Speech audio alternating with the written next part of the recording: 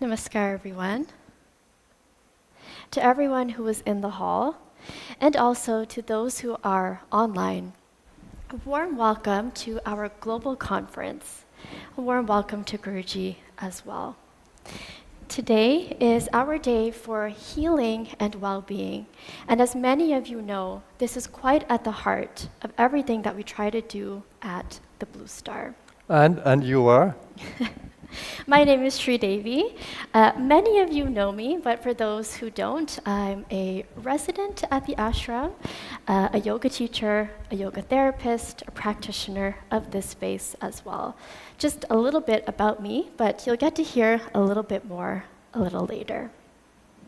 So as we begin today, we'll start with a little bit of centering before we come back together once again. So let's start by closing our eyes and coming into a quiet space. Centering ourselves as best as we can in this moment. We can do this by following our breath, by becoming very aware of our seat as we sit, giving attention to our feet, how they are placed,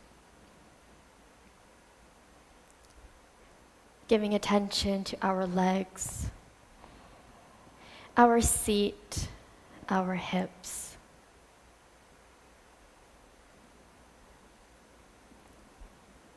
Taking a moment to notice how the abdomen is as we breathe.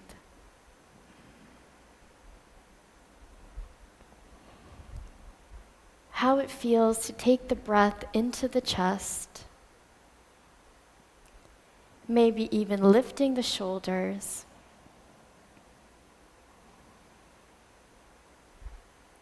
Noticing the head and the neck, becoming more comfortable by moving it from side to side.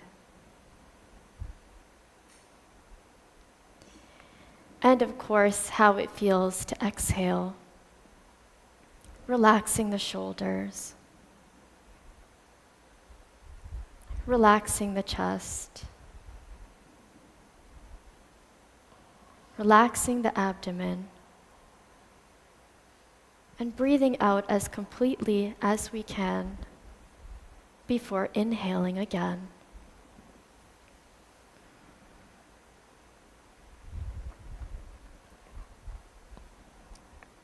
As we give attention to this space, we have the opportunity to notice ourselves at every level,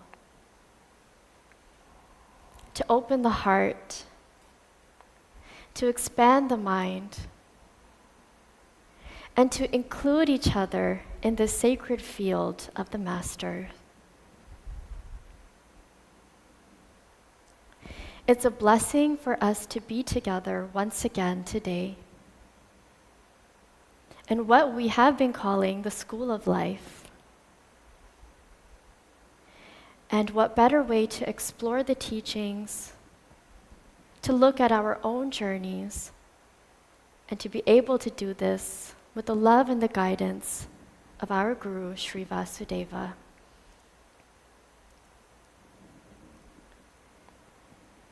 As we prepare to welcome each other back into this space, we'll begin with the sacred sound of one Om together. Let's breathe out.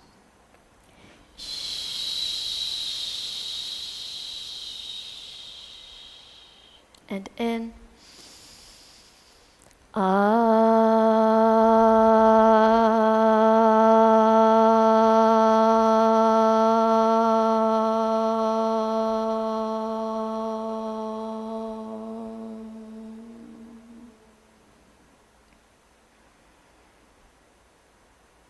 Om, peace, peace, peace. Okay, so welcome back into the space, everyone. Just to say, we have a really wonderful conference today, not only being able to share the wellness practices from across the disciplines, and we'll be able to see that with the different panelists today, but also getting a chance to share with each other. What are these practices and philosophies in the healing field that has really been working for us? What's exciting about today is that we have our practitioners here, and we'll also be engaging not only in the philosophy side of it, but also in the practices as well. The practices that we use every day to help us to really stay well at every level. Coming to a little bit of the philosophy of what we will cover, more of the spiritual science, I'll just share a few keys before we begin today. And the first is that in our healing realm, and not that any of this is unfamiliar to us, especially because Guruji has been sharing this with us for so long. One is that our essential self, our highest self, is always well. This means that our subtle being inside is the major force behind all of the healing that happens in our space and at every level. And we know this because the constant reminder is that our subtle energy is what really drives the physical. And again, we are not unfamiliar to these practices, but it's always good to have a reminder. And we know this from the various experiences that we have in meditation, in our healing exercises, in our yoga, and our various practices as well.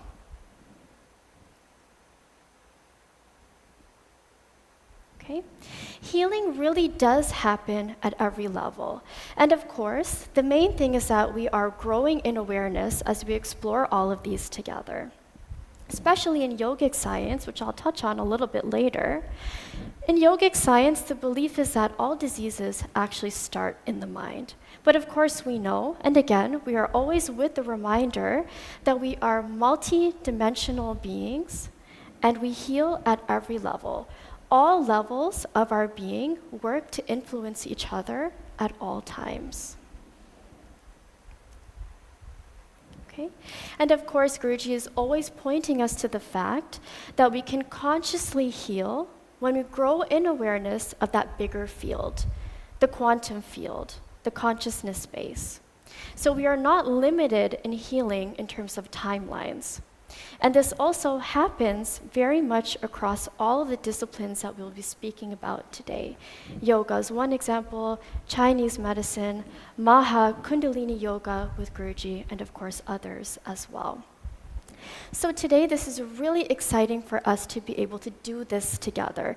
It's the joy of having the conference space, all of the voices also across the world. We have our panelists who are also joining us virtually, which is very exciting. And of course, being together is always what makes the difference. So with this, and of course Guruji is going to expand, welcome Guruji into our space. Namaskar Guruji, and thank you so much. Namaskar. Thank you, Sri Devi. Thank you. Thank you, everyone, and welcome today. We're on day 6, and we have had a marvelous retreat so far. Our numbers keep steady, so I know that you're very interested in what's happening. Today's subject is a pet subject of mine. I've been speaking on this subject for many, many years. I started first with meditation for well-being a long time ago, and I kept with that. And as we grew the wellness center here, and we have other modalities there. Those on the panel have been working with our wellness center. And there are a couple others on the Zoom who are also on the panel virtually, and we look forward to listening to them. But first, I've been exciting you always by telling you there's a space inside of you where there is no disease. Just take a moment to wrap your consciousness around that. Is there really a space inside of me where there is no disease? Even if I am challenged with an illness, is there a place within me where there is no disease? And those of you who know of Bhaktanji passing, He held that space throughout. Throughout. Though challenged with illness, severely, he held this space, and I feel very proud to say today that he understood this. In my spirit, there is no disease, and he held that throughout the experience of body illness. And he knew of the immortal body inside of him. So for him, at this stage, well-being was coming out of the body, not staying in the body. When the body can no longer hold you, your well-being, which is in the inner space, allows you to move out of the physical body. So true well-being really pertains to our spiritual nature where there is no disease. So we have come into a human form, and we have come into a compromised environment and a toxic environment energetically. Toxicity of people's minds because of a dark period of where tamas and rajas prevail. Sattva is on the minimum but on the rise. Tamas is ignorance. We have a world that is full of ignorance, very animal-like behavior. And full of ego drives, dominance, manipulation. So we need to be cognizant of this, that we're in a very toxic mental, emotional, energetic environment. And how do we maintain stability in that? If you can't find that center of being where there is no disease, where there is no illness, where there is total peace of mind, where there is unconditional love, where there is no judgment, if you can't find that space, then you're going to be in the storm. Not in the eye of the storm, but in the storm. So what I guide you to do is to come with me into the eye of the storm. Bhaktan was very focused on healing, only on the very last day. Only on the very last day, well, maybe a couple of days before, he knew that leaving the body would be the best thing to do for his well-being. And he did it so magnificently. The only other person, we have a few of them who did it like that. Vyas did it like that. And also Kalyani, those of you who know of Kalyani in our healing center, she did it like that as well. In the last day, she said to me, Guruji, she wrote to me, Guruji, something is happening and I have to surrender to that. That was a call in the inner space. And she said, I'm going to surrender to this, what is happening to me, which is a draw into the inner space. And she said, stay with me. And I said, of course I'm staying with you. 3 days after that, she's out of the body. Magnificent. Vyas was able to leave the body the same way. When we truly understand what the center within us is all about, we'll understand that we are never sick, even though the body is sick, because we cannot define ourselves by the physical body. Saying that, our source being not only gives us immortal consciousness, but it gives us the power to heal, the power to stay well, the power to meet challenges. By tapping into the forces that lie in the depth of consciousness, you can channel energy. We call that Ichha Shakti. When you can generate energy with your willpower. We have Ichha Shakti within us. And we have Kriya Shakti, which is the Shakti of knowledge. So we can gain knowledge of how to do it. And we have Kriya Shakti, which is the way of implementing it. When you begin to realize these powers that you have, of Gyan Shakti, of Kriya Shakti, of Ichha Shakti, you can channel energies through the body, you can channel energies towards another, you can channel energy into space.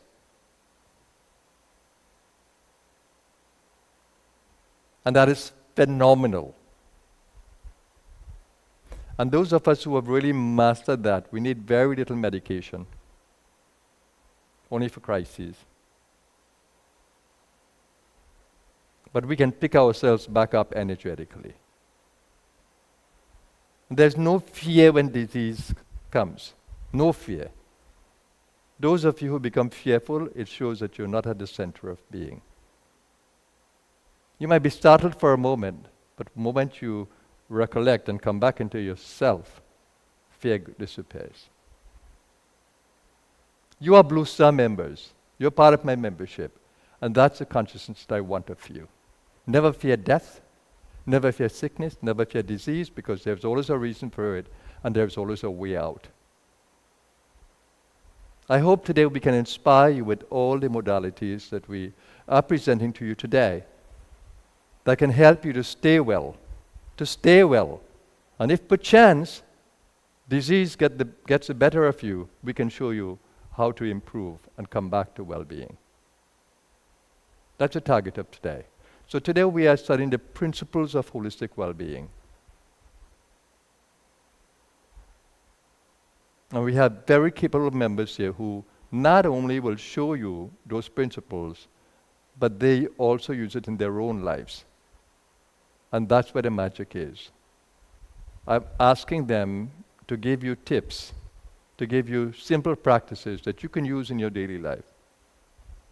And I hope when this day is done, you'll be totally excited and curious about the possibilities you have in the human experience if you were to get immortal awareness. And you know that we chant the try and become mantra continuously, right? The last part of a try and become mantra is Mamritat, which means do not withhold from me, Supreme One, immortal consciousness. So immortal consciousness is what you want to have, what you need to have. Do not withhold from me immortal consciousness. And it says, Sugandhim Pushtivardhanam.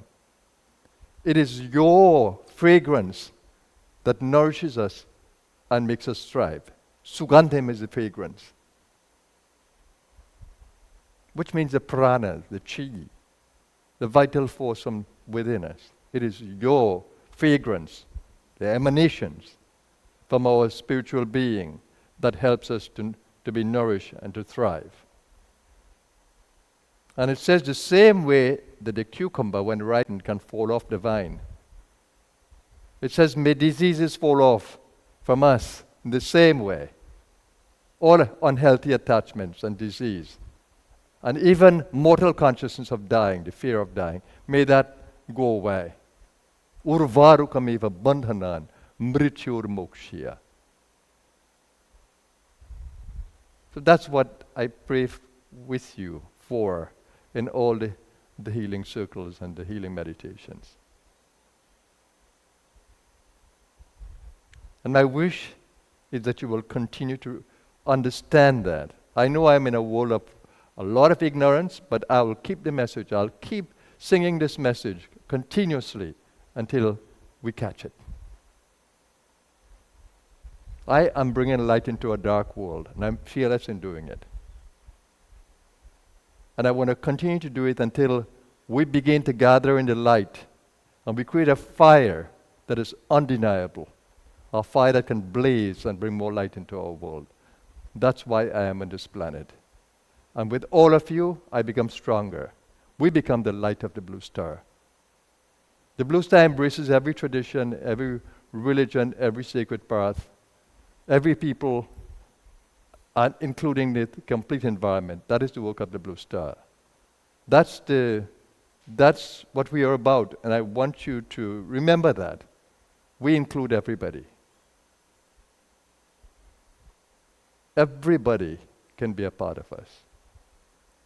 So today I'm going to share with you those other voices that will speak to what I'm saying and show you practical ways in which you can tap into that sacred energy from your source being and bring it into expression. Let's create a world of well-being. We don't only want to be well, but we want those who are with us to also be well.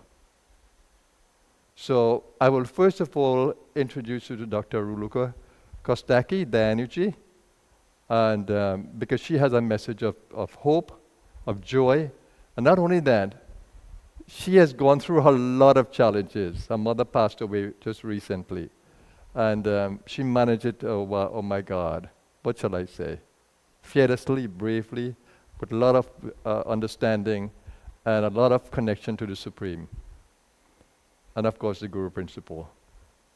So, Danny is, you have Danny's resume, Sridevi? I will speak to it. Yeah. Diane is a medical doctor by profession, by training, and she continues to practice allopathic medicine, but in a different way. She also understands functional medicine, which Mara will speak on today. And she also studied Ayurveda and internal medicine. And so she is an all-rounder. Really, I would say her portfolio is integrative medicine. And so I'll let Daniji speak to herself, and if I missed out anything, please fill in the gaps. Right? So welcome today, Daniji from Romania. A dear disciple of mine, the president of the Romanian group, the leader, and a joy to have her presence today. Namaskar Guruji, namaskar everyone. It's really an honor to be here with you and talking about healing and well-being and wellness, because wellness and well-being is the fundament, the concrete of our stability and healing after all. So I am a medical doctor. I am a medical doctor in allopathic field. I study more than 12 years of my life medical allopathic medicine, and at some point I understand very early, that this is not enough. This is not enough that I know about healing, and I start to add it more and more, and I start to study herbal because I love plant, I love nature, and I start how to understand the healing coming from herbal and from being therapy and from Ayurveda and for the Chinese. And I'm also a psychotherapist. And I try to put all these puzzle piece together when I try to help the people to come with me on my path. And as Guruji had said, I had a lot of challenges, health challenges in my life. I am a cancer survivor twice, and I had a lot of surgeries on my spine. But it's only to remember me that I am a spiritual being in a human body, and I can bring healing to myself with all the knowledge that I have and all Guruji's support and the whole energy. And I try to combine allopathic medicine with functional medicine and natural therapies, because I think this is the solution, the energy therapy. I try to do all these things with every patient, because I believe that on this earth we are not about illnesses. It's about people who are in balance and need to be rebalanced by all the meanings. So this is my belief, and this is the way that I act every day through my patients. And just to start my little presentation is just to bring you in the awareness of what I believe. And I'm sure I'm a wellness and well-being trainer, and I always believe that when the people who are listening to me really understand what it's all about, then they can apply to themselves everything that I am saying to them. So that's why I will give you a little piece of my knowledge, and I'll try to make you understand more what I'm saying. Of course, from the perspective of a medical doctor. Yes. So please, if you can show me my first slide. I send the slide.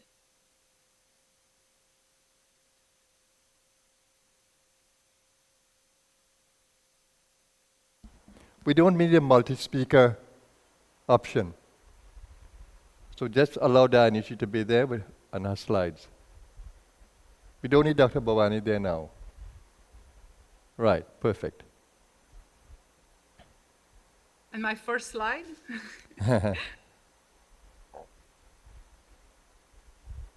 Okay, that's it. So I'm telling you the things that you know, but I want to convince you that this is the truth. So the body is perfectly designed and equipped with the to heal and regenerate itself. This is the truth. This is the truth. So, for example, if we have the unfortunate and broke a bone, a leg, let's say it, and go to the orthopedist, to the specialist, what does these specialists do?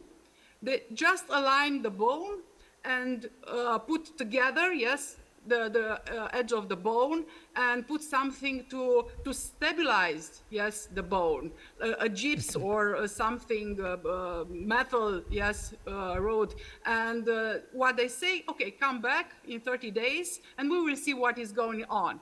But who is healing us in this time, in these 30 days? Who do the magic? Yes, and you know, I know you know, yes, is the body. So the body is in infinite intelligence, create a network of vessels, yes, of blood vessels around the fracture line, and then bring together a lot of cells there, and all the minerals, the calcium, the silicium, the magnesium, and reborn, build another bone, a new bone, a stronger bone, because our body in its intelligence know that, and it's assured itself that if we, in another period of time, are aggressing ourselves or support an injury at the same level, with the same force, the bone will never, ever broke on the same line. It will broke above or below, but never on the same line, yes? Because the new bone is stronger than the last one. And of course, this is the same thing if we injure ourselves, if we cut ourselves, if you have a scar, you know, or if you have a surgery, you know, yes, what is the surgeon doing? Yes, it's going cut your skin, yes, and pull off your, I don't know, a stone from your kidney, or I don't know, your gallbladder or something like this, and then you sew it and put together the edge, yes, with thread or with clips, and put and say to you, I see you in 7 days, and then put out the thread and everything is okay. But who is doing the healing? Who is healing the wound? Yes, of course, the body is doing itself, and is doing from the profound layer of our muscles and skin, cell by cell, layer by layer, until it got to the scar. And the scar tissue is very strong. You feel it. It's another tissue, but it's very strong. The surgeon know if they want to cut our body in the same place, they cannot cut with a regular knife. They use sausages, yes, because it's strong. So our body know what to do. Our job is to prevail our body all it needs, all the resources, yes, all the things that our body needs, our pet company, like Guru said, needs to heal itself, yes, because every cell in us has this knowledge of healing itself, and it's doing it perfectly. So we only send love and give him everything that it needs, and it will be renew. It's renewing itself every day. In us are dying and reborning every day, new and new cells, yes? But we are not like babies, because the conditions are not the same. So let me ask a question. Beautiful explanation that the body has its healing power. But when we become older, it's a little different, isn't it? well, when we become older, the cell there remains, yes, because the senescent cells become, let's say, a little bit dementia. Then they cannot renew at the same level, yes, and they are more and more in our tissues, more and more senescent cells, and that's Right. So why that means we need to, but as we age, how can we improve that?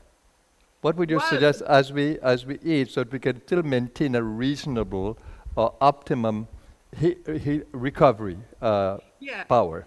I will. This is in the third slide, Guru, but I will tell you right now about longevity, because my passion in the last 2 years is about longevity, and I'm not speaking about longevity just adding years to my card. it is not longevity. I am speaking about vitality, because for me, longevity, it means the quality of life. We need to be active. We need to be as we was young. It not means that if we have 100 years and we are in a wheelchair, it is longevity. This is not longevity for me. Yes, this is just crawling in this life. I Right, need so, to be so alive. that's health span, right? Maintaining the health Yes, span. yes. For me, health Not span just is very lifespan, but health span. health span. Yes, health span. This is the most important thing, and we can do this. We Yeah, can do keeping this. the telomeres along. Yes, because every time our cells are reborn, yes, the edge of the DNA has a little extra that is called the telomeres, and every time our cells is duplicating, replicating themselves, these telomeres are become shorter and shorter and shorter, and some point there are no telomeres, and the cells cannot reborn again. So the struggle or the beauty of this process is for keeping up this telomere as good as we can. And the main thing is the health of the mitochondria. You talk about the mitochondria, and the Yeah. mitochondria is the nuclear power, But what is power of beautiful the about the cell. mitochondria for me is that it carries its own DNA. Yes, it's got his own gene, and that's why they are so important, because they have their own life, yes, their own gene, and we have thousands of mitochondria in each cell, yes. Why? Nothing is for no reason in our body. Why do we have thousands of mitochondria in our cell and just one nucleus? Yes, and the answer is that mitochondria are the fuel. In the interior of the mitochondria, everything that we are eating, drinking, thinking, or feeling is transforming in energy, Yeah, so it's physically, the in burner. energy molecule, It's the ATP. burner. Yes, and we all function with the ATP. So we function with energy. This is the molecules of energy. Yes, literally. It is not yoga. It is not Ayurveda. Yes, it is literally energy in our every cells, and that's why mitochondria is so important, and they give us a level of energy every day. And our body knows what to do with this energy. The first of all, it's using this energy to nourish itself, yes, to bring more fuel to the mitochondria. And then with another part of the energy, it cleans up. It's a cleansing process, a continuous cleansing process, because the process of transforming everything in energy is not so pure. It's like in nature. And the cells are cleaning themselves and put all the waste in the And lymph can you system. talk a little bit, just for a moment, on Yeah. autophagy? Yes, of course. This is also on the third slide, but I will talk also. It is very important. The autophagy means that our body is able to eat itself. Yes, the third. This is the second. Okay. Okay. So those are the secrets of longevity. And I put here. If you see, don't eat. Yes, it's a sign that say don't eat. I'm not talking about a vegetarian or non-vegetarian. It is the best thing that we can do is, of course, vegetarian most of our meals. But in the time that we are not eating, and you can leave this slide apart. I want to see Guru. So when we are not eating in this period of time, so our body don't waste energy, so don't put energy in the digestive system, because the digestive system is the second largest system of our body. The first of one is our skin, and second one is our digestive system. We have 8 meters of gut, and if we are unfold the gut, the surface, it can cover a football stadium. So it's a huge surface. And we have 2 big glands interior. We have stomach, we have liver, we have pancreas, we have a lot of glands that are involved, organs that are involved in the digestive system. That's why our brain delegates part of it during the intestine, and that's why the gut system is the second brain. There are parts of brain, yes, because if our brain should organize and diligence all the digestive thing we must have a head like this, not like this. And that's why in this process, if we don't eat, yes, we just drink water or tea, let's say it, herbal tea, light tea, yes, not strong like black tea, light tea, this put our digestive system in repose, yes, in sleeping mode, let's say it. And all the energy that our body using to digest all the things that we eat, it is conserved and it go to rejuvenating. And in this So you're time talking in this about the intermittent fasting, right? When the body goes through the fasting. And in this period of time of intermittent fasting or water fasting, I had 21 days of water fasting, and I know how it feels. So in this fasting period, what is our body doing? It's not sleeping, believe me, no. It is using all the material that it has to function. In this period of time of 1 days that I only drink water. I go to the job, I went to swimming pool, and why? Because the process of autophagy, it cleans all the proteins, so it destroy all the cells that are dead or are malfunctioning, and recycle. But it repurposes them, right? It recycles them, right? It recycles all the amino acids, yes, parts of the proteins, it's recycling and use it. It's reusing them and putting in new proteins, because the base of our renewal are proteins, yes? Proteins are the bricks for our organs, for our hormones, for our enzymes. All of them are protein, yes? And we need proteins, yes? Okay. We are need.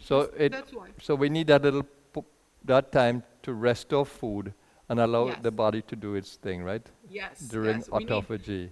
Yes. We need to offer our body time for doing autophagy. All right, so we got the point about self-repair. The body is designed for self-repair. It's designed to also stay healthy, a long health span. We shouldn't allow it to deteriorate.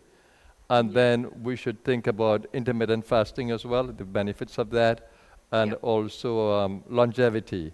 That I would just add to that one of the reasons for longevity is not just to live in the body, but to complete our life purpose, to live with purpose.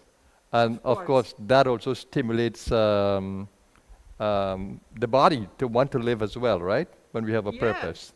Yes, and I saw a lot of material about the blue zones all over the world about longevity, where are a lot of Centenarians, Centenarians, yes. And I studied all the materials, and I studied also the materials and the work of David Sinclair and Dr. Longo from California. And, yes, and they are all saying the same thing, basically, yes. Yeah. Not only eating is important, it's very important, our way of All right, thinking, our social life, everything has its part. So let's move on a little bit, because in this session, we can only do so much, but it gives the promise of more sessions, right?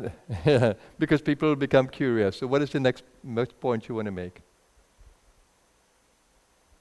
What else do you want to tell us? Just unmute myself. Okay, I just want to tell you that our brain is very important, yes, because our brain is the CEO. It analyzes all the things that is happening in our body, go there, inform our brain what is happening in our body, and the brain starts transmitting signals by the neurons and by the hormones. Those are two ways. And that's even if we are sleeping. If the soul is in another world, the body knows exactly what it should do in every process. If we eat food, it knows exactly what to do. If we go to bed, it knows exactly what to do. Yes. So Yes, because the body it has is the its own perfect match. intelligence. Yeah. So Yes. just to Yes. add to that, all that the soul does, it brings in the pranas to make all this happen. Yeah. And in yoga, Yes. we have 5 pranas that does all of these activities. So the soul is Yes. only important there to give that these currents of energy, vital currents, to initiate the whole process. Yes. Yeah. Yes. So when there's a And coma and the soul is somewhere else, it just provides these pranas for the body to survive. yes, and this is doing every time because his own intelligence. He's a primal intelligence. He only wants to survive and to reproduce itself, but knows exactly what to do better than Yeah. all the academicians in the world, Right. the So best doctors. that's why we should align to body's intelligence when we are using the body. Align to the body's Of course, intelligence, of course, and don't just and follow what the ego may want to do, but yes, follow the body in humbleness. doing it. We humbleness because he's the guy, the master. Yes, our Yeah. body knows what to do, and we must be humble to it. I'm not God. I'm telling to my patients, I'm not God. The appeals or what I'm saying to you is not enough to heal yourself. You will do this. You can do Yeah. this together with me. Okay, Dianiji. So what is next part of your topic again? Anything else that you want to share? No, I just want to say about longevity because I have some tips, let's say it, because we have genes specialized in longevity. Yes, and these genes are activated when we put our body to stress. Yes, because our body wants to survive. Our body don't want to die. Our body don't know how to die. Yes, and when we stress our body with heat, for example, yes, making sauna or making very cold showers, we put a little bit of stress in our body, and our body responds, activating these longevity genes. So, of course, this type of stress is also in the period of time when we don't eat. It's another stress for the body. If we use our body to bring food every hour, just a little bit, but just eating and eating and eating, when you don't, you take off the food, it feels stressed. The Yes? body will And die faster of and course, get of course. disease. Of course, of course. So every little stress that we put in our body um, put this longevity genes at work and help us. Yes. So don't be comfortable. Don't stay on the couch and look at the TV. This is not the answer. You must run. You must be active. And also movement is very important. And the sleep is very important. The sleep is the only period of time when our body have the total resources to regenerate itself. Yeah, so circadian lead, you talk about the circadian lead is very, very important for every organ. Every organ in us has its own circadian rhythm, and they together bring all these things. So it's very, very. I am studying and I'm studying, and every thing that I'm reading, I say, "Wow, I didn't know about this," but it's coming together like pieces. And of course, the great answer is the awareness that we are spiritual being, and this is a play. I always say to my patient, this is a play. And if you feel bad, let me say illness. I don't like to say illnesses. I say imbalance to everyone. Even if it is a cold or cancer, it is an imbalance. It's just an imbalance. Yes? Okay. And don't be sad. It is a great period of time. You can find knowledges. You can write about it. You can, and I saw this to my patient. Everyone become a better person if they are ill because they open up their mind and they open up their heart because they want to be healed.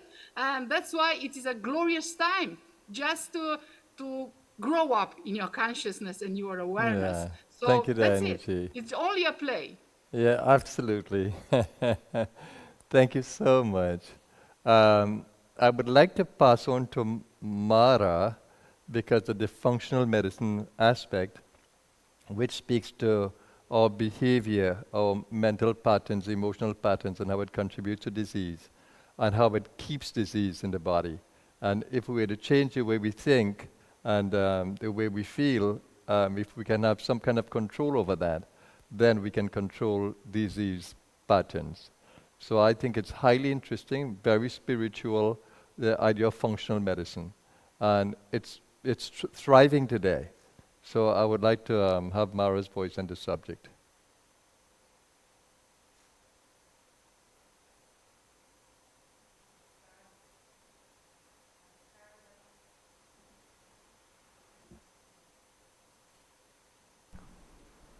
It's on. Namaskar, everybody. Namaskar, Guruji. I'm very joyful to be speaking about this topic and get the opportunity to get my own insights in check for this short little talk. Just a little bit about myself, maybe. I've been with Guruji since 2007, and in my path of life, I've done a lot of things besides the business aspect, and I've been constantly exploring what else, what is there to my being, who am I? As a coach and a team coach and trainer, I encountered a lot of obstacles that seemed to be patterns that were hard to tackle inside of me as well. So how do we deal with this? And so... so the goal today yes. is how we can make this very practical, Yes. that people can find solutions Okay. with this in this way. Yes. So the insight's going to become important for the understanding, Mm-hmm. and then how to apply it in, let's say, when we are challenged. Yes. So I've encountered the German New Medicine. A couple of years ago, I did an extensive course and found out my own patterns. So what you said before is that we have probably all implemented all these teachings in our own life. So what I have learned from the German New Medicine, and it might be really nice to have the first slide, so I can talk a little bit about that. Is it called in the New German Medicine? German New Medicine, yes, and it's actually, it's nothing new, but somebody in Germany had rediscovered Yeah, but I this guess ancient new wisdom. would pertain to allopathic, right? It's Yes, different. yes. So it's ancient, and the last 150 to 200 years we have the scientific medicine. People are studying medicine and no longer healing. So this is very interesting. Also, like Chinese medicine, Ayurveda, things come together. And what Dr. Dayani said about the body being infinitely wise, the GNM gives us basic knowledge of the body and what happens after trauma and intense stress. So when nothing is happening, the body is fine, the body functions, the pranas work. But whenever something happens that impacts us, it's very interesting to know why is it impacting us, because it might not impact Sridevi, for instance, but it impacts me, so it has a message. In GNM, we have many interesting connections between the specific part of the brain and the body that is impacted with certain type of traumatic experiences. So it's very not random. Everything has a specific link. So within the brain, there's places that are affected, and it's visible on a CT scan. There's a little ring around it, energetic ring, and it's visible whenever something happens in the body. So maybe we can talk a little bit, because the GNM is the scientific and theoretical part of it, which is very interesting, but I think for today it's more about the energetic, the subtle healing part. So that's why I would really like to zoom in onto the somatic experiencing, because we know the theory with our mind about the GNM. We can talk a lot about that. And I will in the course that is at the Wellness Center on the 17th and 18th of this month. You're all welcome to join. But for now, it's really interesting to see what is happening in the body on a biological level whenever there's stress or trauma. So the energies and the cells in the body are constantly trying to find the balance. When something traumatic happens, the mind is involved, the brain is involved, and the body simultaneously. So the body is so very intelligent that we don't even have to think about it. It will instantly make us safe, try to make us safe. So on the next slide, when it's about well-being in the brain, it's about safety. Dr. Dayani touched on that as well. The body is designed to survive and to reproduce. Our consciousness field provides specific, very personally specific challenges for growth. So the mirror that we are looking into are giving us worry, pain, stress, and triggers. This is so that we can grow.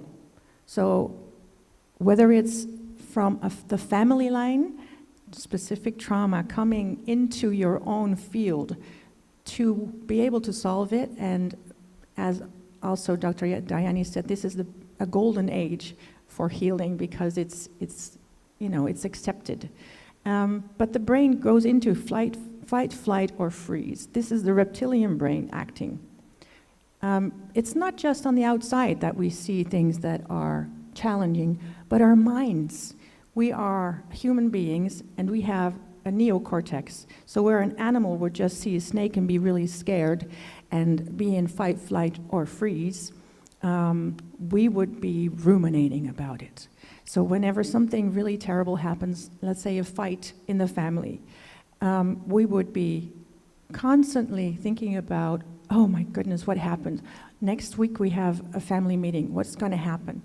So we are constantly out of the now. And the fight, flight, freeze will keep us in stress mode. In that mode, we are developing we are developing our thoughts, convictions, judgment, fear, self-worth issues, and that's influencing our system. Maybe on the next slide I can talk a little bit more about that. So what does happen is when the brain is active, the body responds immediately. So in a split second, the body you can feel it, when something terrible happens, you feel this bolt of energy, And that is the exact moment that there is an impact in the body, in a certain area in the body. The body stores our trauma, and it's so very, very lovingly carrying our load for us. So when the psyche is not able to process right away, the body will say, okay, let me keep this for you. So the love for the body, that's something that has really softened me up on this, because before I would be just a floating head in the clouds, great connection with the spiritual world, but the body would just be like, flapping around behind me. So this is when we identify with the reptilian brain and the limbic brain, right? Yes. The neocortex allows the soul to change the body's response, that not only to fight maybe, or to meet with a need, but intelligently. Yes. So that's the neocortex. But more than anything else, it is the soul. If it's in low consciousness, that means it will operate in the fight-flight mode, Yes. in the way of the body, survival. Yes. Mechanism of protocol. So it's important then to be able to, what we do in the Blue Star, to open up the consciousness and to think, these signals are coming, the body is distressed. How do I deal with this? Exactly, yes. And so when we're in the lower consciousness, there's opportunity for growth, more opportunity for growth than when our consciousness is a little bit more expanded. Well, in fact, those situations itself that you call trauma, those situations itself becomes a blessing and a challenge to stimulate growth. There's gold underneath every trauma, and it makes us who we are, because it also prepares us for what we need to do further on in this lifetime.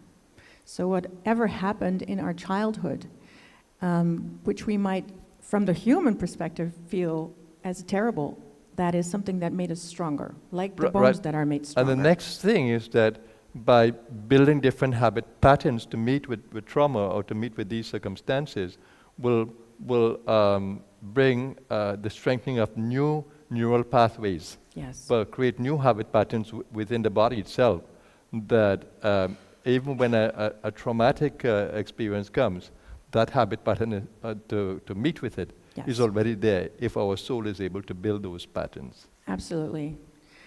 And what is important in that area is that we are very much used, because of our survival mechanism, that suppresses the emotions because we want to move on. We want to be safe. We want to be alert. So the mind ruminates and thinks it is. But in the one of higher consciousness, something else happens. Because when you train the body, like the Shaolin monks will do, or yogis will do, when they train the body in a particular way, they can stand up to stress without being distressed. Yes. Right? And that's a whole new kind of coding in the body. So, and even if they're sleeping, the body will respond in like manner because the subconscious mind will be the trigger. So even in dreams, you'll find yourself fighting something in the intelligent way. So when we build And the these body patterns responds. subconsciously or consciously, we are doing a great service to the body in meeting with fear and trauma. Yes. Thank you. Just to add to what you're Yeah. saying. Because the body is, we don't listen to the body, we don't know how to listen to the body anymore. Because what usually happens, and I've had this spiritual bypass that the brain said, nah, we're not going to deal with this anymore, it's fine. This is past, we're going to think differently. But that's not what's going to break the pattern. Just co-creating with the body. Yes.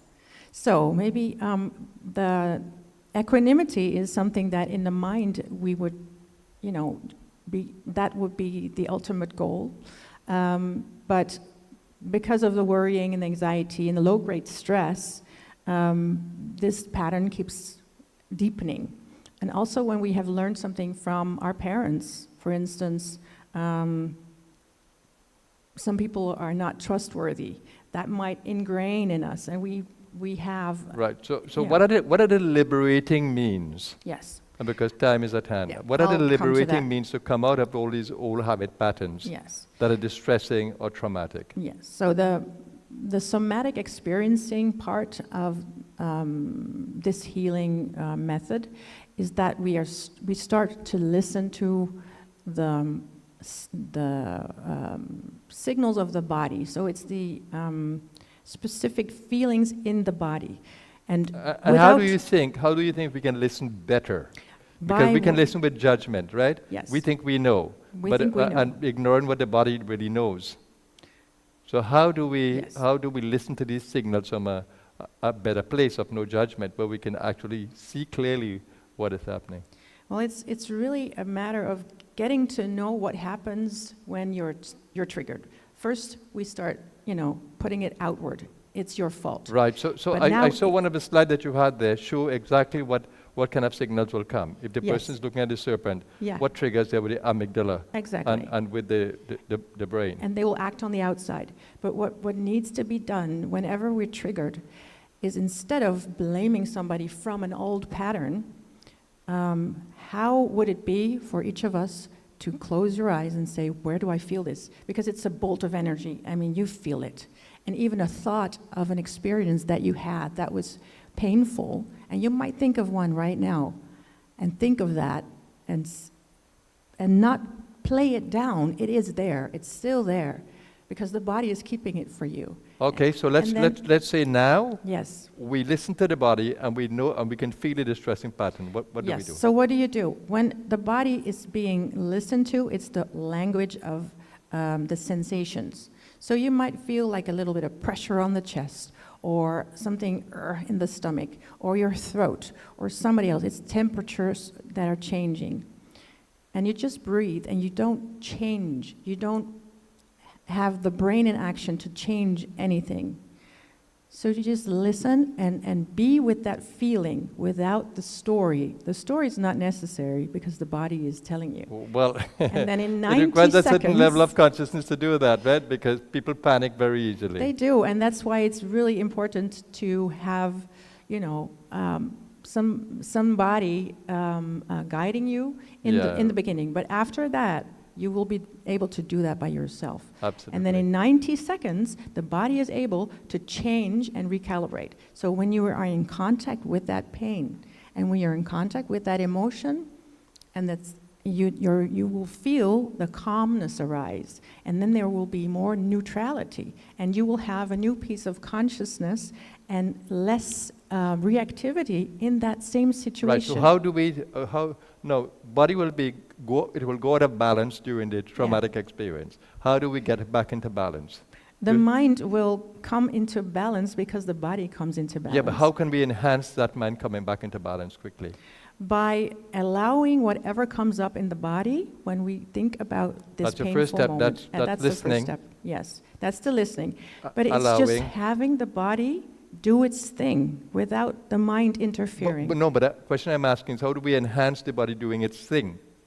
So if we understand how the body does its thing, then we can enhance it. We can hold it in love, for example. We hold it in compassion. Yes, We can compassion. generate an image of well-being. That's what I mean. Exactly. But there's, in this case, you don't need too much imaging. It's That's what you may think. Yeah. But if I think where my body is fighting, that I am loving it, and I want to see the body become whole again, which Yes. means in the case of trauma, how can the body come back into a beautiful space? So I'm visualizing the beautiful harmony with my body, balance with the body. So that's what I mean. Not trying to heal the issue, but creating the space in which the body can heal itself. And in which, yes. So I'm still looking at the response of the body and its healing and its healing path, and I just allowing it, because with our mind we can still remain in panic, or we might believe that we might say, okay, the body is healing, but I can say, but I'm visualizing that I'm helping the body to heal faster. Okay, me and my body, I love you, my body, we're going to do this, we're going to make this happen quicker. Absolutely, I'm yeah. holding you in my peace and my love, I'm right behind you, I'm rallying with you, let's go. Yes. That kind of consciousness. I mean. Exactly. And what will also happen is when we acknowledge that sensation, the body and the subconscious will come up with keys for you to The understand. subconscious is related to all the things we do in the conscious mind. That goes down. Subconscious mind has all the patterns. And so when we continue to change patterns, because we have the ability to change patterns, when we continue to do that, reprogram the brain and neurosystem. When we begin to do that, then this goes down into the subconscious. So subconscious behavior are predicated on what we do in the conscious mind. So if you keep on regulating the conscious mind, programming the conscious mind, that's what the subconscious will be. So if we haven't done any of that, and we live in a primal way, then we don't have that subconscious strength, because all the primal habits are in the subconscious. So we, because being conscious beings, being spiritual beings, we can reprogram the whole circuit. So that means we can influence the subconscious mind. It's just subconscious. Thank you. Yeah. Right, so that's where the healing is showing. But the strength of this is to show the relationship between the mental patterns, emotional patterns, and the physical body, how they are very much related, and how conscious and cognizant we need to be of that, and how to help the body in its healing response. Yes, and also to acknowledge the body's intelligence and wisdom without the mind interfering too much, and then after that, there will be more consciousness. Absolutely. So it's very intelligent support to the body. Yes. Yeah. And we'll get, instead of being in the past or in the future, you come back in the now. Thank you, Mara, only because of time. So Anupriya Ji, I know you're into the healing modality as well, and let's continue with that. And then I will take to Krishna Priya, and then finally we'll have Sri Devi. So you have all of 10 minutes. Namaskar, Guruji. Namaskar, everyone. So I started my, I would call the healing journey in these modalities with Reiki. I added on yoga later on, then Qigong, Tai Chi, and as Guruji was talking about, reprogramming the subconscious and making what's subconscious more conscious, hypnotherapy. And of course, that's on the side, and then I have my secular work. But I did all of this, I guess, being influenced by Guruji and the work here at Blue Star.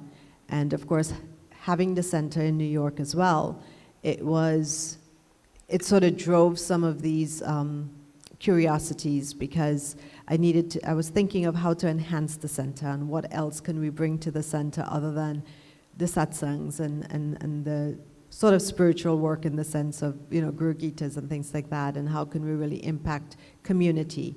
And so I would say the Reiki for me has become the foundation of all the teachings that I have done, because it is about spiritual energy. It's about life force energy, and it's about activating, awakening that energy, creating new pathways, helping us to think different, be different, feel different, act different, think different. So when Guruji's messages have always been think wise, act wise, be wise, these modalities help you to do that. And when they say that, as I thought about this, all these modalities that you've heard today, you will continue to hear today, is really impacting you at multiple levels, right? Mental, emotional, spiritual, physical. And the energies has its intelligence as the body has its intelligence. And how do you marry both? And so in bringing those new energetic pathways, they come from recognizing, as Mara was saying, when is the energy sort of static? When is it moving? When are we freezing? When are we in that mode of survival? And the more sometimes that we do that fight or flight, we tend to also start to give the stagnation of energies, and all those impact how we think and how we behave every day. So for me, the thing that really drove me with this, with any of these modalities, was how do I behave and how do I show up every day? How do I become the best version of myself? And these were modalities that helped me get there, because they were all about energy.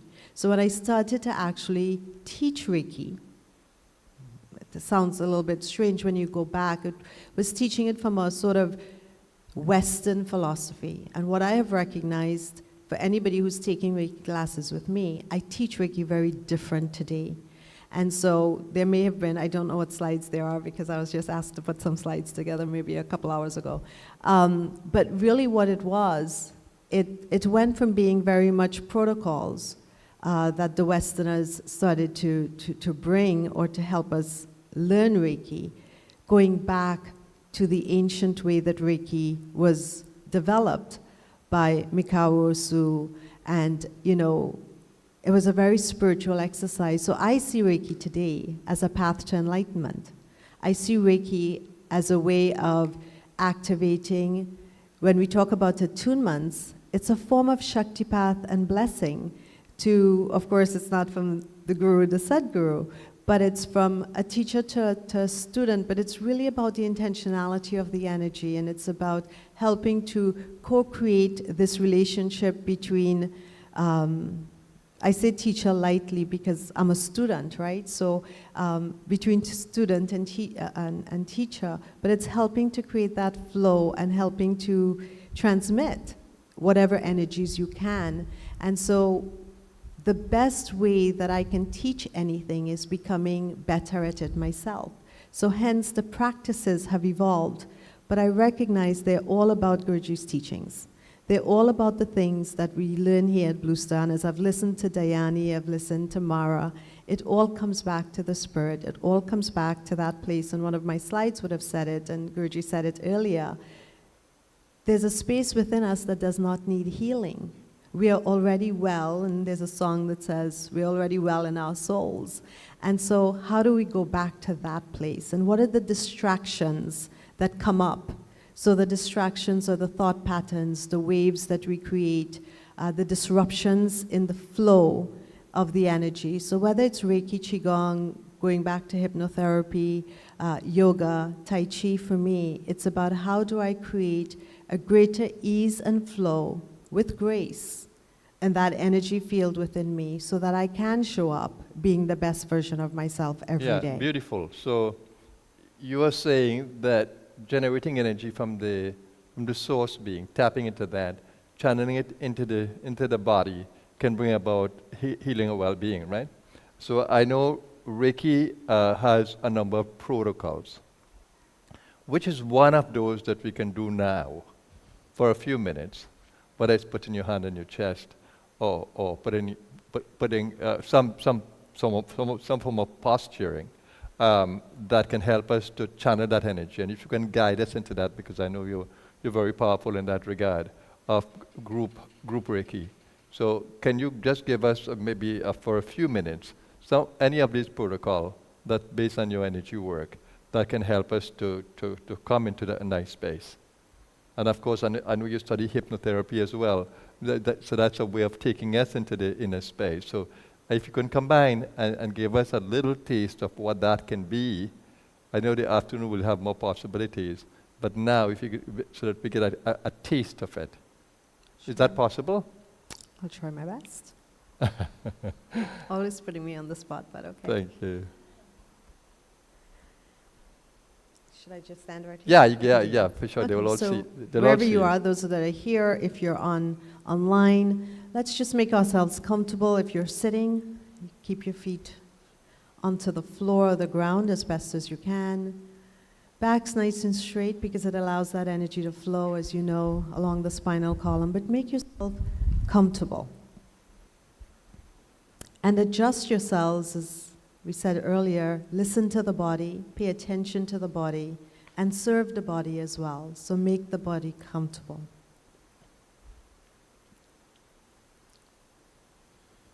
If you'd like to stand, you can also do so. Some people prefer that.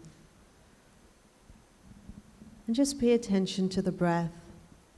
No need to alter the breath, just let it flow with ease and grace.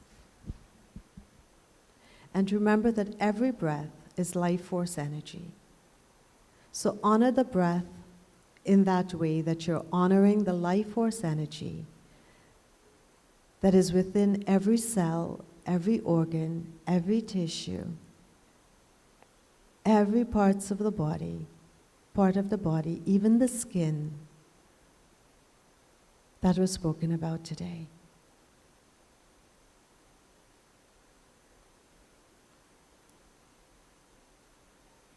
That's a beautiful field that we've already co-created, and we know that.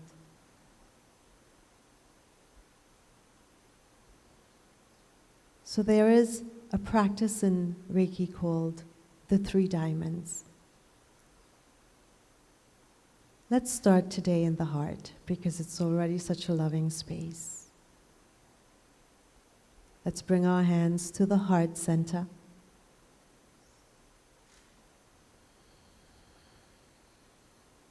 And just continue to breathe and become aware of this space. In this time, right here, right now, love to yourself,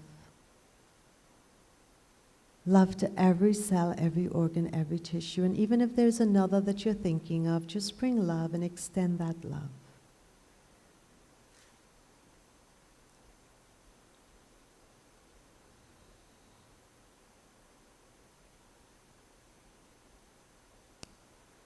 And then let's bring one of our hands, you can leave one hand at your heart, and bring the other hand down to the abdominal area, just below the navel center.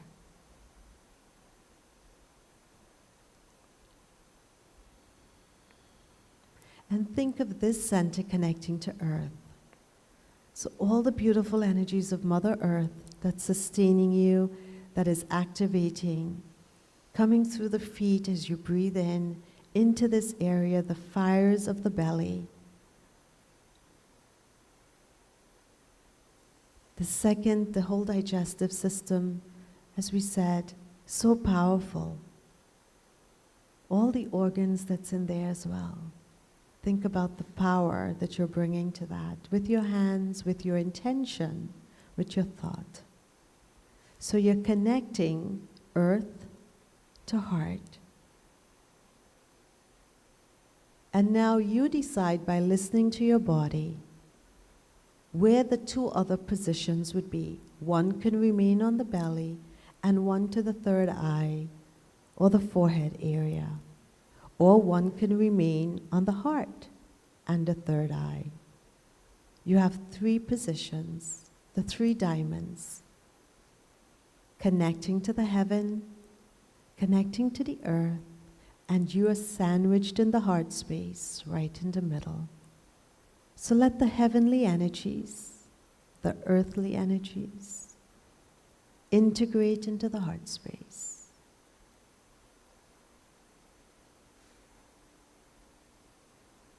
Let the energies be activated. Let it grow. Let it heal.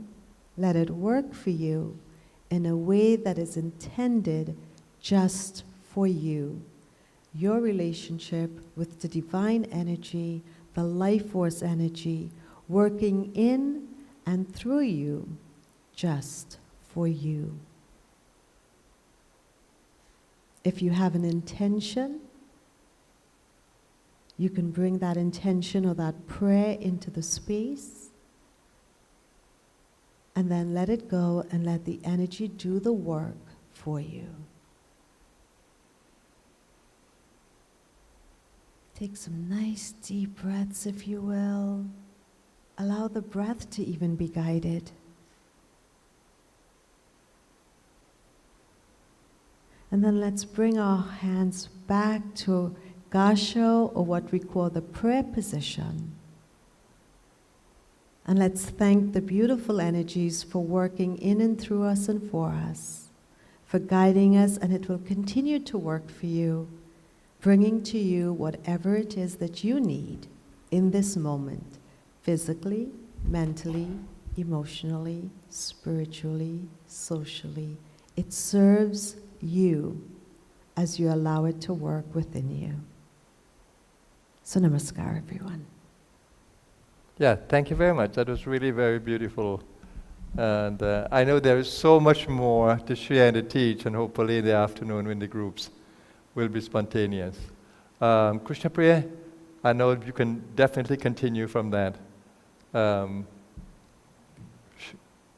All yours. So Krishna Priya has studied medical Qigong as well as Tai Chi, Qigong, and also Chinese medicine and acupuncture, and she has a passion for it. So I'll let her guide us into... Go here. Yeah, you can stand, you can... Or maybe here. Yeah, you can do that too. Yeah.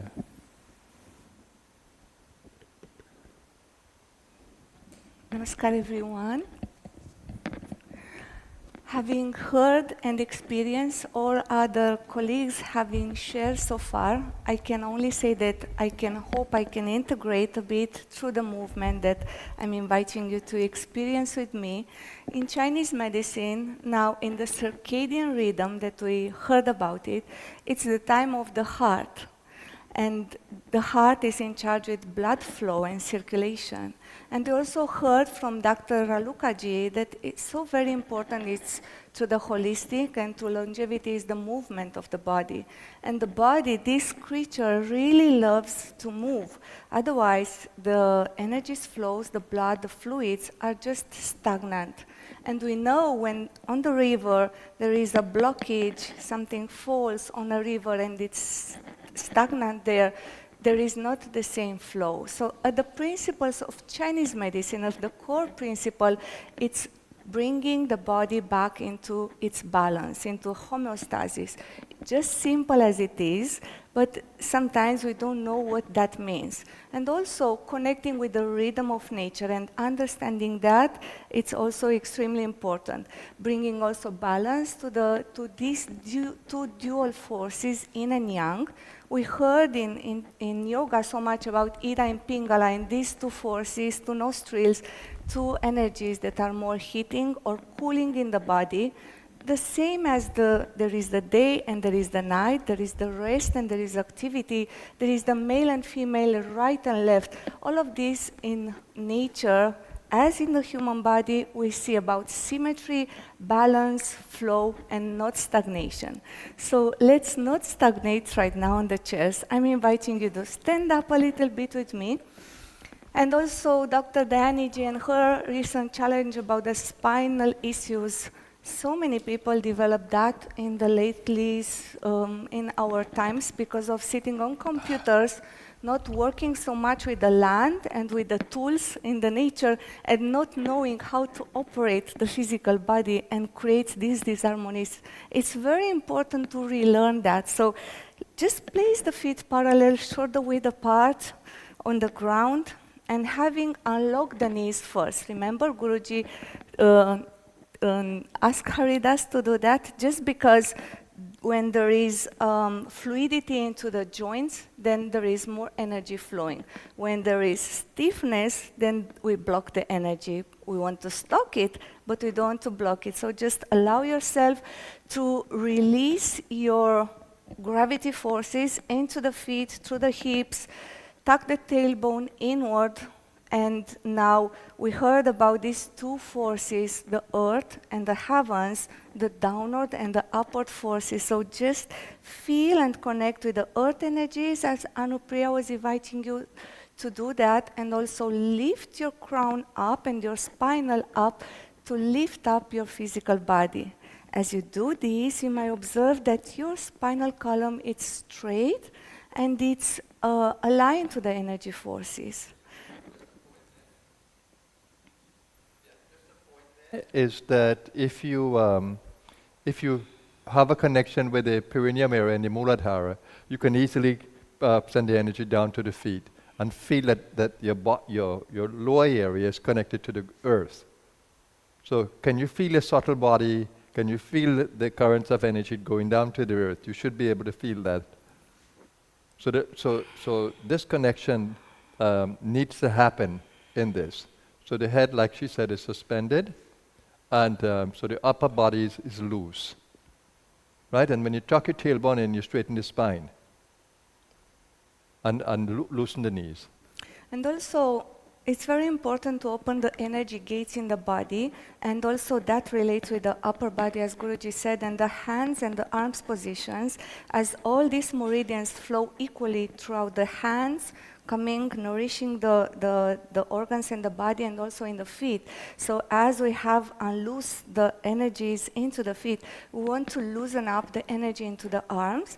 Observe so much stagnation can happen in the upper body, in the shoulder area. So if you just drop the fingers down and also open under the armpits and release the heaviness from the arms, and just round a bit, keep the elbows down and round a bit the palms up, and have an equal distance, not to stretch or not to compress, and then you find your chi field surrounding your body, like as you hug yourself or your extended energy field. Yeah, and breathing should be normal. The breathing should be normal. It's encouraged the Dantian breathing, the lower Dantian breathing. I know that can be challenges in this arm position. But It's just to also easier. say that when you're holding this body like this, you're also holding the entire body in your mental field. Yes. And the mental field is an energetic field. So when you hold your body like this, with total body awareness, with the feet connected to the perineum area, and connected to the earth, and your upper body light, you are energizing your entire body from the mental field. So the more you create body awareness, total body awareness as you do this, this is a form of meditation. It's called Wuji. So if you focus on this, it's awesome. It's a meditation right there. Go ahead. Yeah, so here I just hit the spot where Guruji is very passionate, so I'm sure he'll gonna take it further anytime. It's his field of enthusiasm and he lives from that.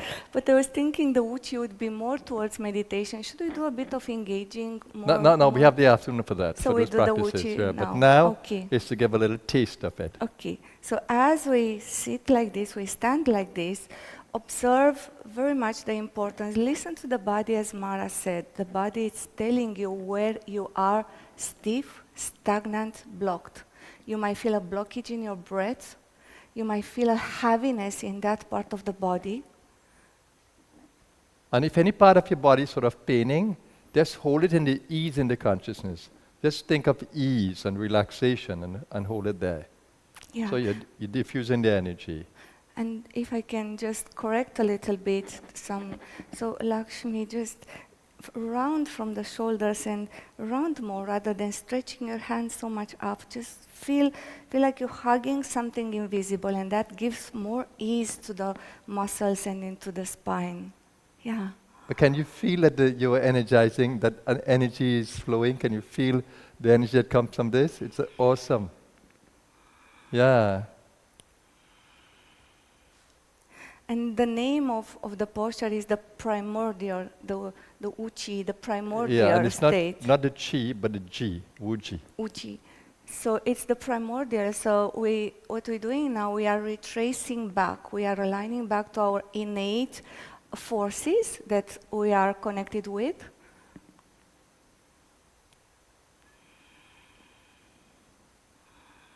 Oh my God, it's awesome. And your eyes should be gazing in front of you, comfortably at a distance about 10 feet, or about 3 meters in front of you.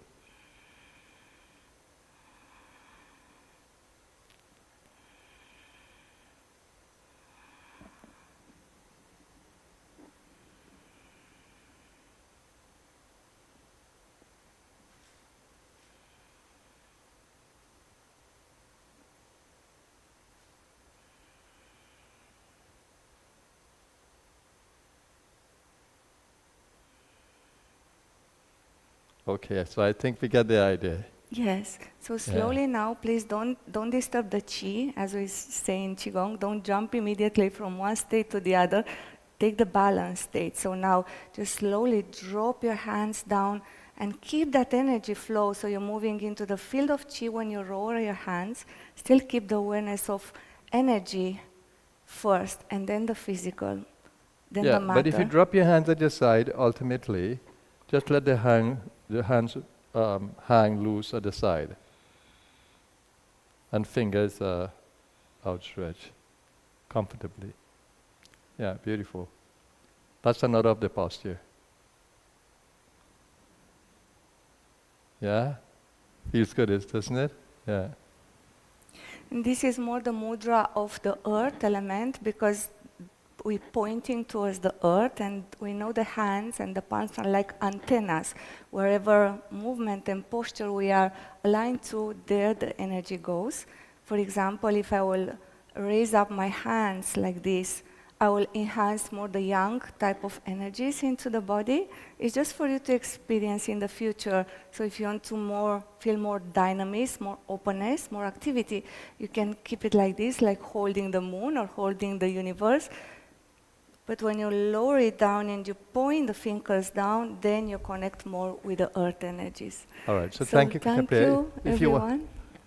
would you like to say anything else in addition to this? Any few pointers? I think one of the... But the thing in the afternoon is that each one of you can have a group. Yeah. So people who are interested in knowing more can come to any of the groups. Yeah.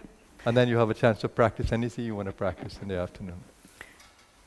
Maybe the pointers that I would like to emphasize, it's the two of them is the digestive system that is at the core, also in Chinese medicine, is the earth element, and is at the core of all the other elements, because this is the main one. And as Dr. Dayani said, this is very, very important. And also in these areas, there are the main organs of our physical body, the functional organs, and also it's in Chinese Qigong system. And its spiritual aspect is the storage of the qi, of the true qi. So always, myself, I check the digestive system and how the breath goes here, works here, and how I can do the diaphragmatic or the qi breathing well or not. If there is stagnation or stuck, then I check if it's in the digestive system or it's just because in the heart system, in the emotional field that are more stored here, there is a blockage there. So I always look to see where is the blockage and then unblock first, purge first, and then cultivate. And that's one of the principles in Chinese medicine. First, release, purge all the emotions, and we have all these beautiful exercises with organs and emotions, purge, and then the energy flows more freely, and then you are able to cultivate. So now we come more towards the spiritual aspect that Guruji is training us to cultivate chi into these dantians, into these energy fields, elixir, and the most important one, it's the dantian one, the lower dantian, and there is the heart and there is the mind. So this is one aspect. And the other aspect, very important, that I always check in myself, working with duality in the body and in my subtle being. It's yin and yang, or activity, rajas, if we can compare a bit with yoga, and more towards maybe tamas, that it's more stagnation or dullness or rest, we can say, and always bring into the sattva and bring the chi into yin and yang in balance, into harmony. And we have these tendencies in our inner self to be more dynamic, more vata or pitta or kapha in the doshas, or more kapha. So based on that, we should adjust every practice. All right, so I based gave on you that. the afternoon to do your thing. Yeah, so thank you very much, Krishna Priya. Namaskar. Deeply appreciate. All right, so we take Dr. Bhavani, she's there.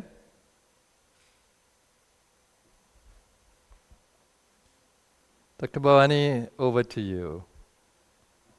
Namaskar, Guruji.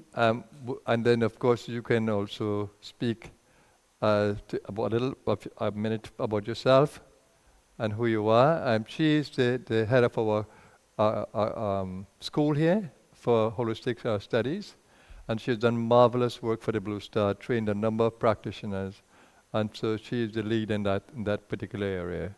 So her specialty is holistic therapies. Yeah, go ahead.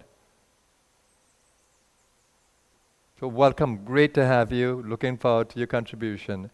And I sent a little message to you this morning so you know where my thoughts are. Yeah? Thank you, Guruji. Namaskar, everyone. And I want to say first how, what should I say? I related with all of the presenters so far, my panel members, because it's basically what I practice as well. And Dr. Diane, I want to say special thank you to you. There were a lot of things that I learned today about the physical body. That's not just anatomy, and I really appreciate that. And I learned from everyone today. And that's what it's all about, us learning from each other. But I want to say that this journey began so long ago with Guruji as an inspiration. And I started with the holistic principles, like you said, these therapies, and they just became my life. It's what I live, it's what I practice, it's what I teach, as Guruji said, and I'm not teaching, I just want to say, because the divine Shakti, that power takes over when we're connected with the Guru's teachings, and we live that. We strive to be in that every day.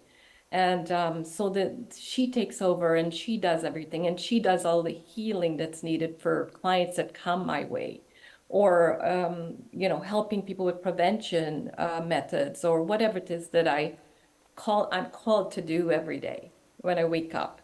And today Guruji mentioned that I should share about food wisdom as part of this. And so I want to say, first of all, it starts with the energy. That's what food is. And they have a very profound saying, food is thy medicine.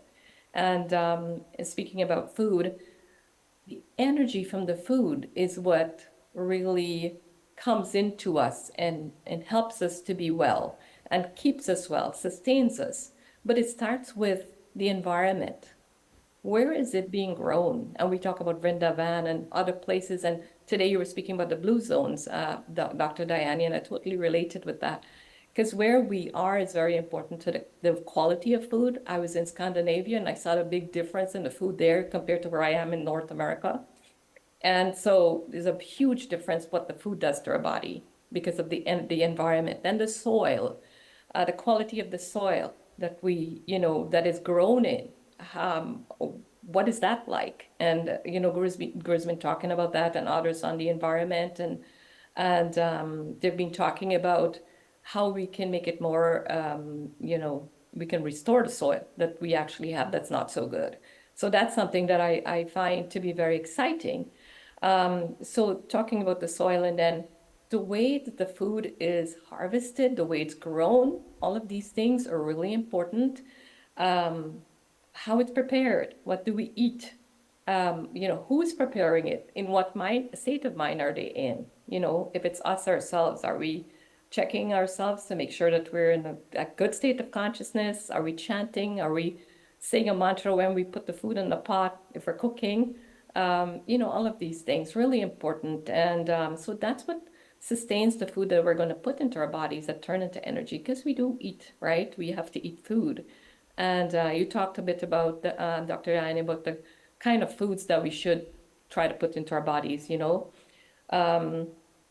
But I just want to touch a little bit, because I know we're kind of strapped for time, on the Ayurvedic system of the doshas. And knowing your doshas are really important, and working with your doshas are important, because we have a lot of diets out there that people follow, but it's not to really follow the diets as much as we need to follow the imbalances in our body. Like you spoke about again, doctor, I was really relating with what you were saying, and how to keep your body balanced by using the things, to keep our doshas balanced. That's one.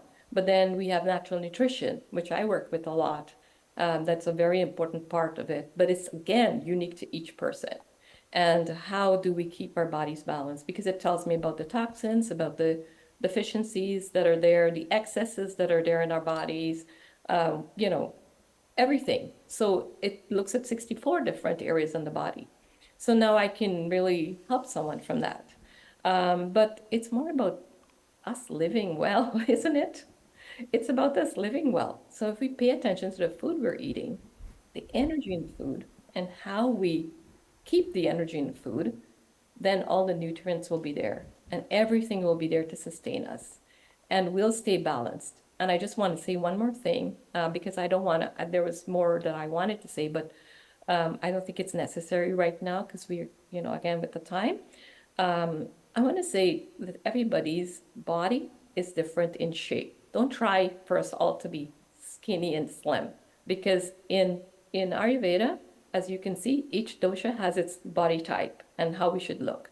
So don't try to kill yourself to be a certain way. Try to be healthy, stay well in your body, and keep it balanced. And when it goes off balance, like many of us said, take all the things that can help you to bring it back to balance. And, I use herbs and homeopathics and so many things, but the whole point is for us to stay balanced in our body as we go through life. And I think that's all I want to share for now, Guruji. That's perfect. That's perfect. But you are a resource that we can. Are you going to be in the afternoon? Yes. Right. Yes. So then those who want to know a little bit more about the food wisdom or Ayurveda or other holistic therapies, they can join your group in the afternoon. Yeah. Sure. Yeah. Thank you so much. So we go to Sri Devi now. The floor is yours. Yeah. Namaskar, everyone. And again, thank you for this opportunity. I just want to say that yoga has been such a huge part of my life, obviously from the influence of Guruji. And having studied in India and getting really into the essence of yoga and understanding that it is multi-level, into the teachings, into the ancient texts, and that all of the facets of yoga come from such a deep source, it inspired me so much to the point where I decided to get my master's in yoga therapy. And all of that just to say that the combination of Maha Yoga that we learn from Guruji, which combines all of the things that you all mentioned in the different disciplines, but also the beauty of working with the inner anatomy, the subtle energies that we have inside, the chakras, the nadis, the pranas that constantly flow in our system. It all makes a really big difference to how we treat with the physical, and then of course with mental and emotional as well.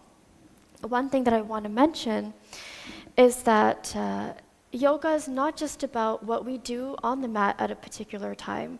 And if we look at Guruji as such an example in our lives, he's teaching us so much to take these practices into every moment.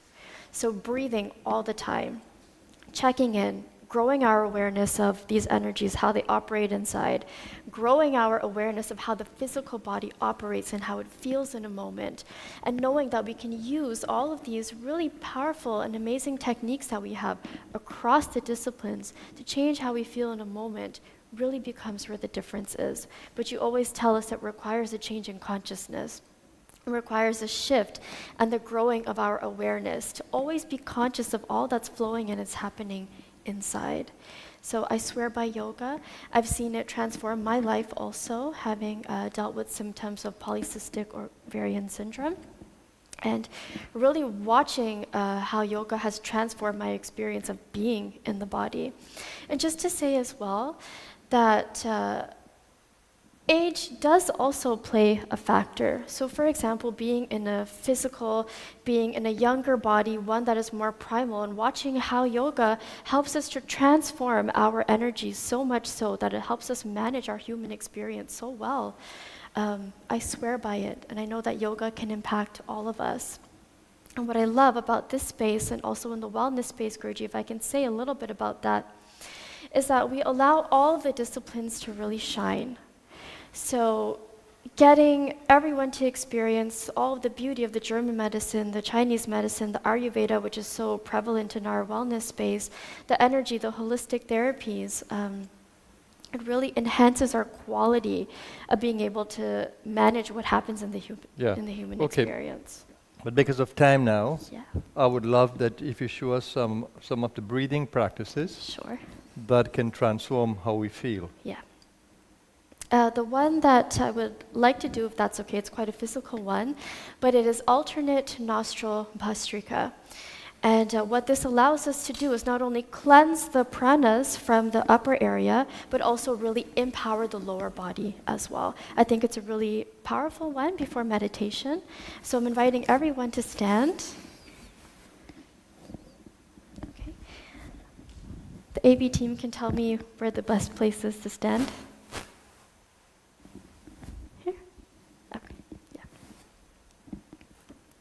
Okay, so remembering all of the principles that Guruji would have just reminded us of, and of course Krishna Priya and the others, we'll begin with standing with our feet just under shoulder level.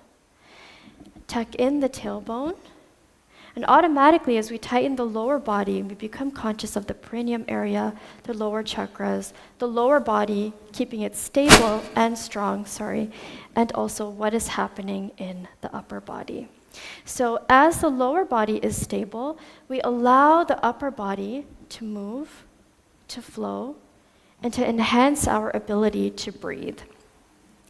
As we stand, let's make sure that all of our toes are spread, which gives us a good opportunity to really ground.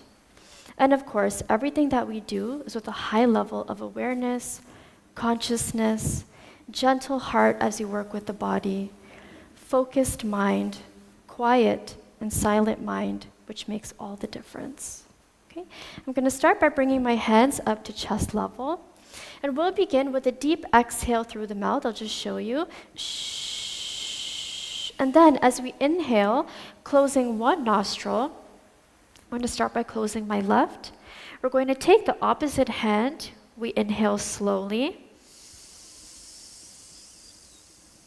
Bringing the hand up to a level that allows us to really inhale to the fullest. And then we exhale.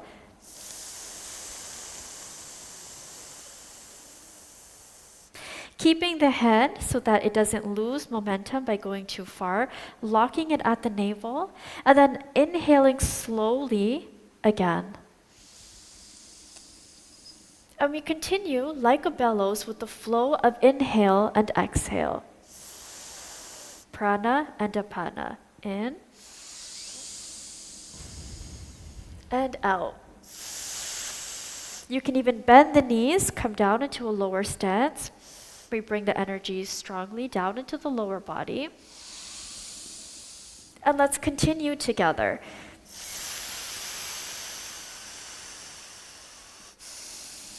So seamless flow of inhale and exhale.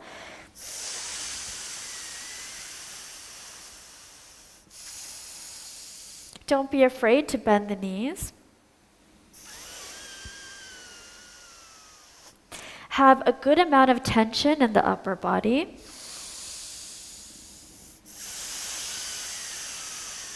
And we'll do 3 more on this side.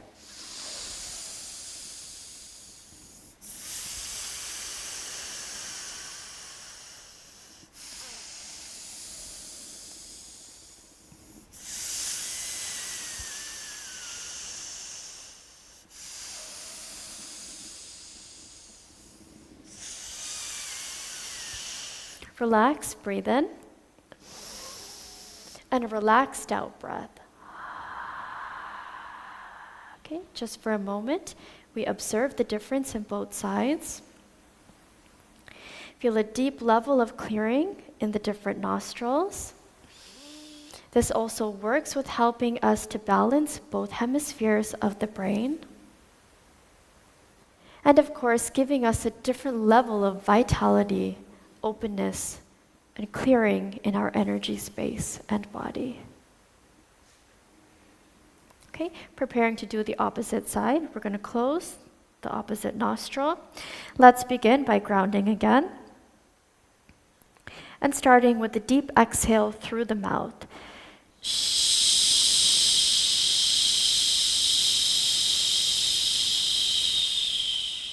Deep breath in, bring the arm up.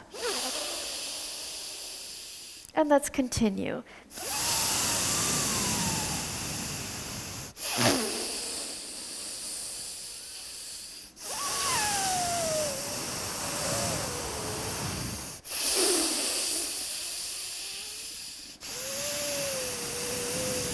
Bend the knees.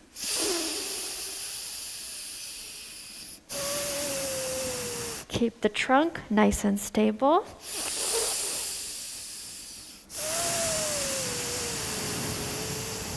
Nice amount of tension.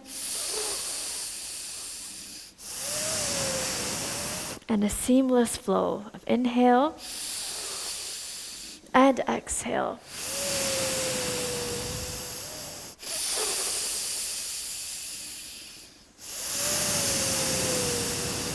Last 3.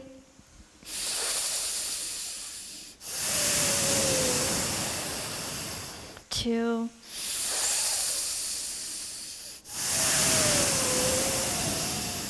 1. Beautiful. Release, deep breath in.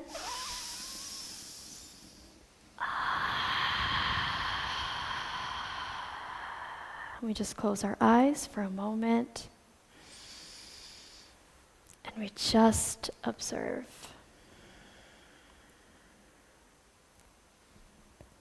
Observe the body, the mind, the heart,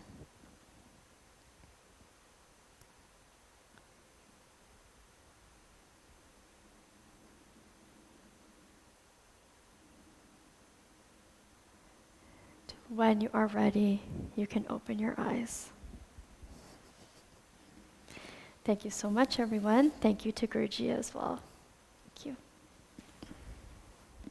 Thank you. Thank you so much, Sri Devi. That is beautiful. And of course, you know that when you do that, you balance the hemispheres of the brain. Right nostril, left brain, left nostril, right brain. So there's a balance in the 2 brains. And also the left nostril is a cooling prana, and it's called Chantanadi, the channel. That's the moon. And the right nostril is a Pingala Nadi. The left nostril is Ida Nadi, or the Chandra Nadi. And the right nostril is Pingala, or the Surya Nadi. So heating and cooling. And that's the meaning of Ha and Ta. Hatha Yoga. Hatha Yoga is the balance of the heating and the cooling of the energy. So it's amazing what you can experience in terms of equanimity and balance in the body through this. And just to say that because the yogis were so contemplative, they wanted to create exercises that they can do in a small space and be totally fit. So all the postures of yoga are meant for that. They're to keep you fully fit just in a room space. So isn't that amazing? They stretch the body, they twist the body, they flex the body, they breathe, they stimulate every area of the body simply by in a small space. So that's the value of the yoga. So it's awesome when you can practice it. And you don't have to do the strong practices. Yoga, you can adapt yoga. If you want strength yoga, that is there. If you want the flexible yoga, the easy yoga, the soft yoga, that's there. But yoga is an amazing practice. So I'm engaged in that plus Qigong because I love the practices. Absolutely love them under Uchi. And so here I want to take you into a little meditation as we end the morning session. And then of course the afternoon session has a lot of possibilities. But I'm going to end the afternoon session with you after the groups come back with a healing meditation for healing and well-being. So I'm looking forward to showing you how meditation can really bring you into a complete space of well-being if you follow the principles that I'll give you in the afternoon, like I do in all my meditation sessions for healing and well-being. So that's the promise of finishing the session today with. But you have all our practitioners here and therapists, and so you can enjoy the afternoon with them in a very practical way to your own leisure. So let's go into meditation, everybody, for a few minutes. And of course, I love to chant, so I'll begin with a chanting.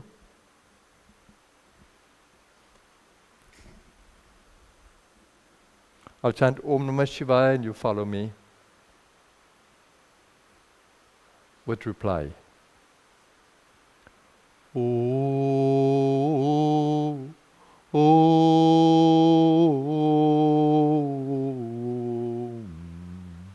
Namah Shivaya.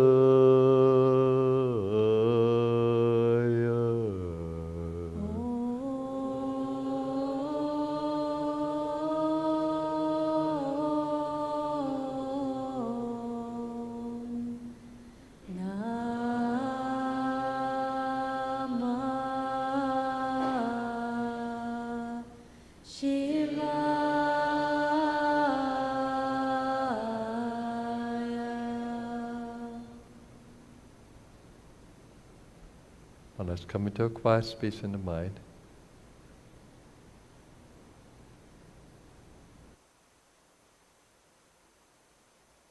Stay in the stillness of the inner space, the mental space.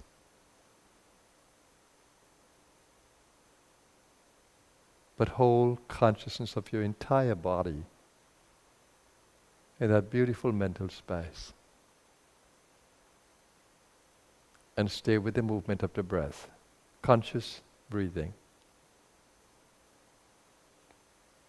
Let's push the breath out gently with body's intelligence and pull the breath in gently as your body would have it.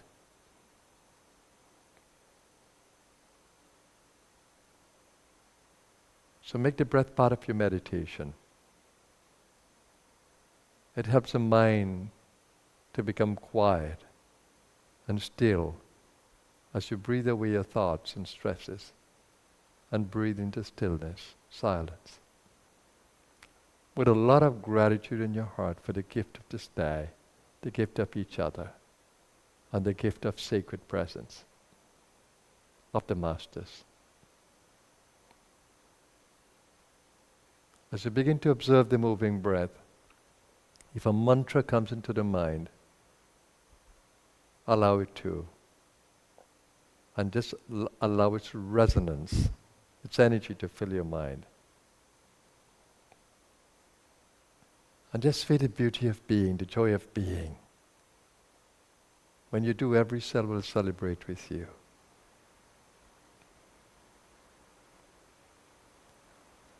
Open up the cellular consciousness by focusing on the warmth of the body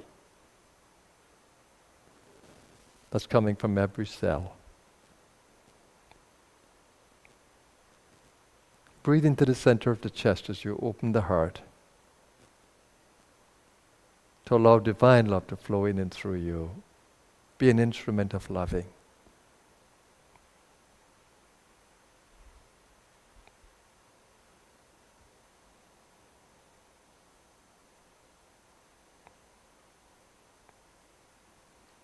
And if you feel the energy of Kundalini guiding you, follow her. She's the guru of the inner space. If you feel a little bit sleepy, it's only because you need to breathe out carbon dioxide and bring more oxygen into your body.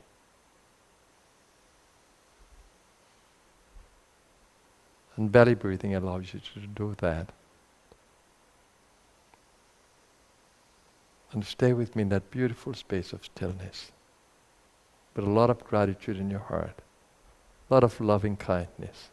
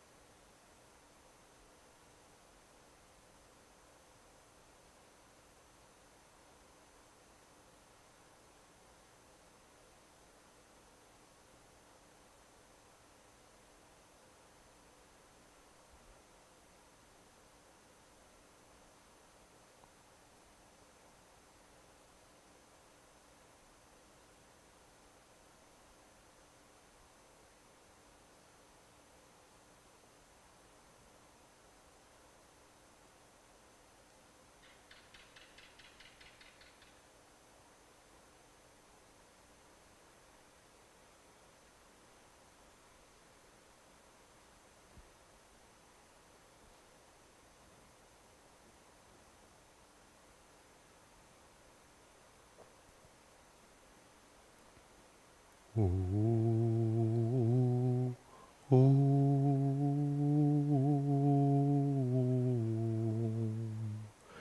Namah Shivaya.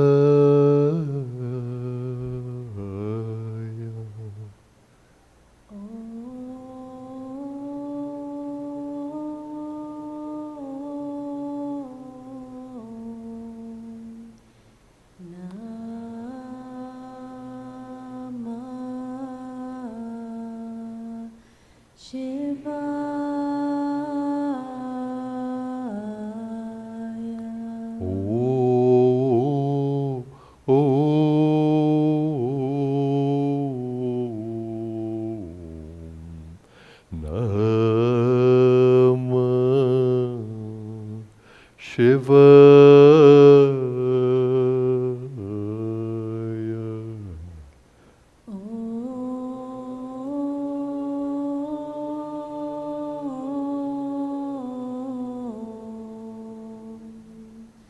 Namah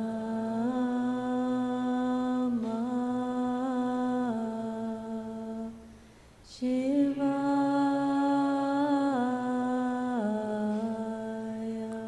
Om. Om.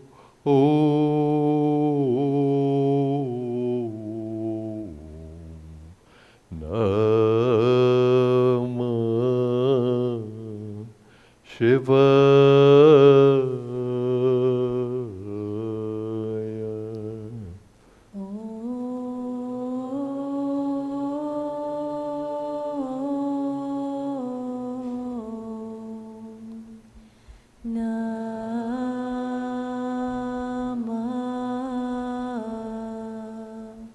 Shivaya.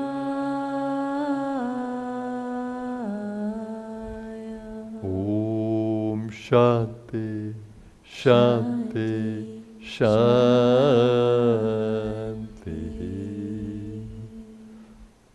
So thank you everyone. Wonderful meditation. I could stay there for forever. Thank you for that everybody. You all contributed.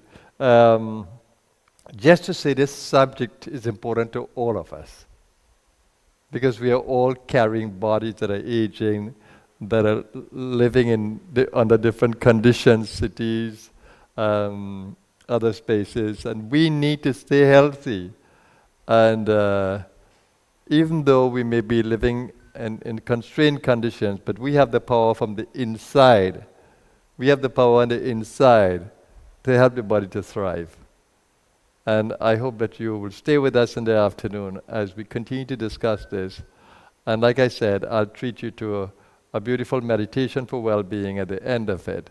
But I need you to understand the principles of keeping this body well. And in the Blue Star, we try to do it in a holistic way for you, to show you how to do it from the consciousness and energetically, and how to use nature to support you in a holistic way. It's absolutely important. Chinese medicine is the way of nature, Ayurveda is the way of nature, holistic therapies is the way of nature. So can we use that?